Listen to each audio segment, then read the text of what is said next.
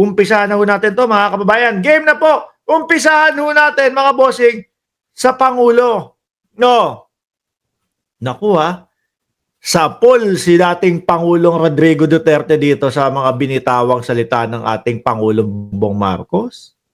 Mga kababayan. No? Pakinggan nyo ho mga bossing. Oh. Inaayos na po natin ang ating agrikultura. Nakita naman po natin ang kalagayan ng ating mga magsasaka at ang mataas na presyo ng mga bilihin. Nakita nyo po yung proyekto ng ating Pangulo, mga kababayan, yung maliliit po na nagpoproseso ng bigas upang sa ganon, yung ating mga magsasaka ay hindi na magbabayad. No? Upang sa ganon, ay mas lalo pong mapamura yung kanilang mga puhunan, mga kababayan. Bigla ho tuloy pumasok sa isipan ko si Manny Piñol at ang dating Pangulong Duterte. Ano?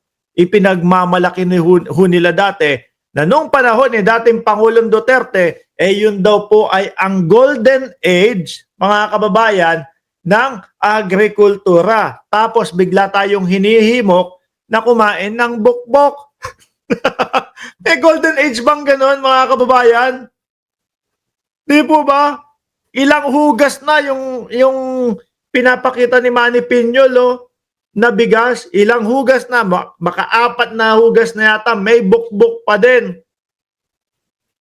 Di po ba? Ano golden age doon? Mga kababayan, mga boss chief amo, sir. Oh, dito po kay Pangulong Bongbong Marcos, nakikita ho talaga natin yung kanyang mga proyekto. Para naman po, hindi lugi yung ating mga magsasaka.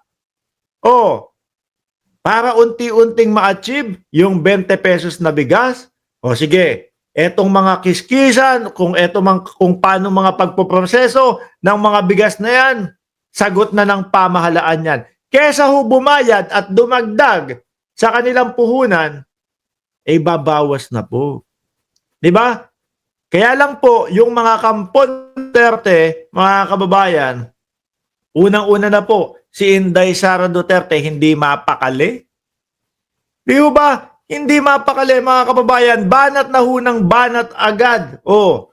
Kailan kaya? Hanggang kailan tatagal yung pag-aabono ng gobyerno ng Pilipinas? Yung isa, yung nandun sa Seminay. Yung ipinakita ko sa inyo. Ano sabi? Lugi daw po.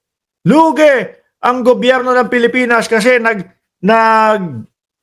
abono ng 13 pesos. Saglit lang. Kanino ba inabono yung 13 pesos? Sa iba ba? Sa incheck ba? Hindi naman ho, mga kababayan. Inabono din po para doon sa mga makakatanggap ng 20 pesos na bigas. No? Para hanggat wala pa talagang solusyon na 100% na bumaba ang presyo ng bigas, kahit pa paano, 20 na ang binabayad. 20 na lang ang ibinabayad ng mga DDS na araw-araw ho na nagpapakategi, nagpapakamatay sa 20 pesos na bigas. Sila lang din ho ang pipila dyan eh. Di po ba? O eto, may banat ang Pangulo kay dating Pangulo. Kaya't kailangan po natin ayusin. Ngunit, ang nadatnan po namin ay ang isang agrikultura na napakahina po. Ngayon, kaya ginagawan po namin ang paraan. Ngunit ang nadatnan namin ay isang agrikultura. Tama ba ako ng pagkakarinig? Medyo humina napakahina. Sino po ba yung mga nandyan dati? Di ba ang dating Pangulong Duterte, mga kababayan? At ang pinagmamalaki nila na golden age na punong-puno daw ho ng bokbok yung mga bigas. Wala silang ginawa. Di ba? Tapos ang yayabang nila. Samantalang doon kay dating Pangulong Duterte, umabot ng 70 pesos ang bigas. Di ba, Maki o Kwan? Shoutout sa iyo at Eseng Mariano. Di ba, mga bossing, umabot sa kanila ng 70 pesos ang bigas. Tapos sabi ni Inday Sara Duterte, bakit ganun? No? 20 pesos lang. Una, sabi mo, binudol ang mamamayang Pilipino. Binubudol ang mamamayang Pilipino sa pamamagitan ng pagpapangako sa 20 pesos na bigas. Ngayon, dumating. Tapos ano sabi ni Inday Sara Duterte? Bakit 20 pesos lang? Baka nakalimutan mo, Inday Sara Duterte, no? Aming Vice Presidente. Si daddy mo, 7 pesos ang banat, 7 pesos ang hirit. Di ba, Poras? Rob Mapalad, nung panahon ng matandang Duterte, hindi naman napababa ang presyo ng bigas. Oo nga ho. Tapos ito si Inday Sara Duterte, magreklamo, bakit ano lang, 20 lang. No? Parang gusto pang ipamuka, may nagawa si dating Pangulong Duterte patungkol po dyan sa presyo ng bigas. Pangulo, banat! Mula po sa nakaraang 2 taon, nakapagpatayo na tayo ng 150 na rice processing plant. Ayan yung sinasabi ko ho sa inyo. Mas mapapadali po ang buhay ng ating mga magsasaka, mga bossing. At mas lalong mapapamura po. Sa taon Kumbaga, mga boss, bababa ang presyo ng bigas nang hindi po nasasaalang-alang o nang hindi po nasasaktan yung mga tubo ng ating mga magsasaka. Di po ba? 2025, magtatapos tayo ng 20 pa, magsisimula tayo ng 50 pa. Noong isang linggo, binuksan ko, inaugurate ko, ang una, hindi nga ako, nagulat nga ako, sabi ko dito sa Pilipinas, dapat marami na ito. Ang unang coconut processing plant. Di ba yan po ang proyekto ng Pangulong Bongbong Marcos kapag natingo sa agrikultura, mga kababayan. Sa kanila, Diyos ko, puro yabang lang. Golden Age.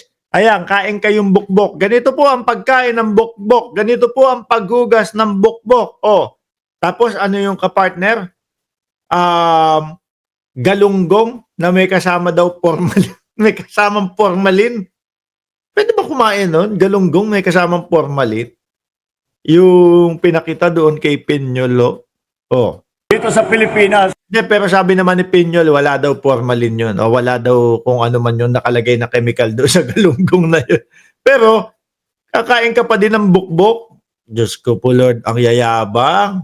Wala naman palang mga nagawa nung panahon nila. Para naman ang ating mga coconut planters ay mabigyan natin ng pagkakataon na makipagkompetensya hindi lamang dito sa Pilipinas kung hindi po sa abroad, sa international market. Di ba? Yan ang pwede nating sabihin. Papunta po tayo doon sa golden age ng agrikultura. Hindi yung magyayabang agad sila. Itong panahon ni Pangulong Duterte, golden age ng agrikultura. Ang ending ho, mga kababayan, bukbok. Natalisin na ho natin ito, mga bossing, at umiinit. Ayaw nakakarinig ho ng mga DDS ng mga ganyan. No, ayaw nakakarinig ng mga DDS ng mga proyekto napupurihin ng mamamayang Pilipino. Si Pangulong Bongbong Marcos, ayaw nila yan. Ang lagi lang ho nilang gusto, ang pinupuriho, ang dating Pangulong Duterte. Di ba, Danilo Basilio? Wala naman sinaimbag sa pagiging BP, kundi mangurakot din panay pa ang batiko, sabi ni Danilo Basilio. Ngayon yung mga ganyan pong hakbangin, ganyan pong mga proyekto, mga boss, no? Yung mga ganyang proyekto ni Pangulong Bongbong Marcos, kaya po lalong minamahal siya ng sambayan ng Pilipino. Kaya po pati yung mga kakamping na dati nung eleksyon, grabe makabardagol kay Pangulong Bongbong Marcos, ngayon hindi na ho, mga kababayan. No? Ang nakikita ho natin, parang uni-pink, red at pink. Ayaw din ho ng mga DDS yan, mga kababayan. Paano naman yung sinasabi nila na lumalakas sila? Lumalakas pero yung mga EDSA nila paubos ng paubuso. Tapos eto po, yung mga sumusuporta kay Pangulong Bongbong Marcos, parami ng parami. Paano naman yun? Di po ba? Kung mapapansin nyo po dyan sa comment section, mga kababayan, mga boss chief, Amosep, magkahalo po yung nagko-komento dyan, no? Meron po mga mangilan-ngilan na mga DDS. Makikita mo naman kung ano yung mga DDS dyan. Iisa lang yung mga kinokomento nila. Adik ka, bangag ka, bayaran ka. Paulit-ulit lang hong ganun yun. No? Yung mga kakamping naman po, talagang sinasabi nila dyan sa comment section, kakamping ako, pero sinusuportahan ko si Pangulong Bongbong Marcos. Di ba, FF? O, ganyan.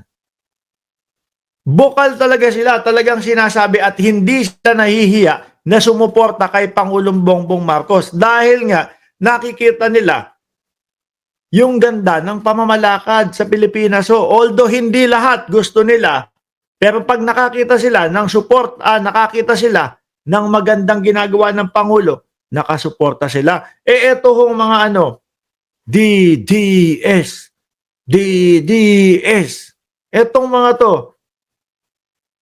sila pa po ang nagpapabagsak sa ating Pangulo sa pamamagitan po ng kung ano-anong mga iniimbento na makakasira po kay Pangulong Bongbong Marcos.